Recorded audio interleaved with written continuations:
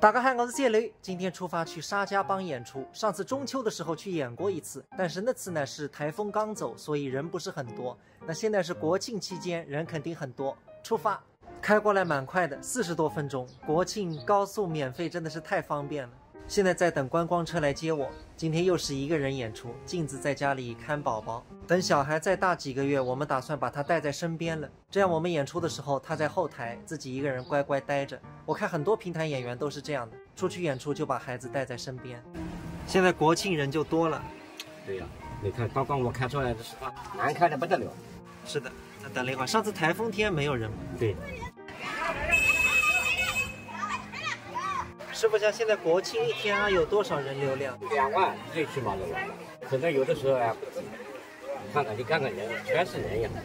这是我们一会儿演出的戏台，现在上一个节目还没走，我们要在旁边候场。时间还早，我先去老街的另一头一家评弹茶楼去看看。沙家浜景区的一大特色，评弹是每天都有的。五湖四海的游客在下面喝着茶，嗑着瓜子，等听评弹。今天人多了，演出还有10分钟开始。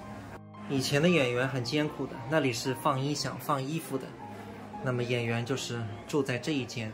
住宿环境啊，所见即所得。像刚刚去看那边评弹演员，其实我们只相隔几百米，这种情况古时候叫拜码头。如果在外面演出，有2档离得很近的先生，年龄小的要去拜访年龄大的，年龄大的演员要来关照年龄小的。不过我刚刚去的时候，他们那边正好唱完了，演员去休息室休息了。因为我们2个地方离得很近，不可能同一时间开始。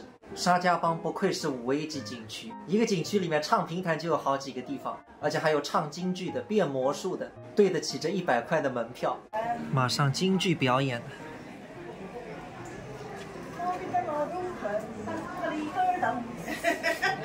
你们都会唱的？我们以前那个艺校里边那个常湖评弹团那些人都在那儿。陆建华，我们同学。哦，团长，现在团长。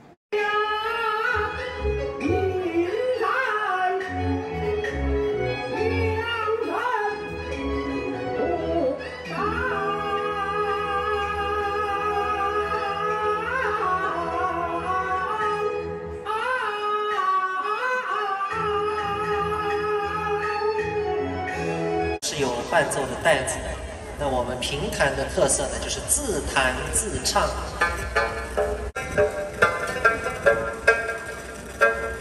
我是水口水内，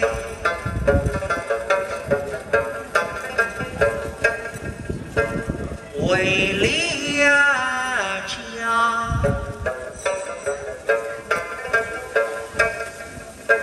守于门内红，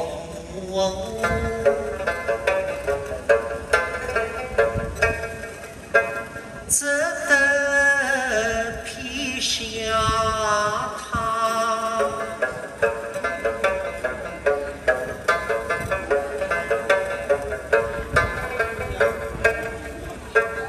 我下走你民难为啊！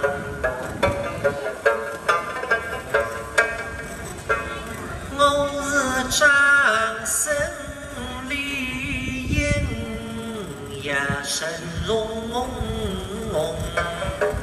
他。演出结束，回家喽。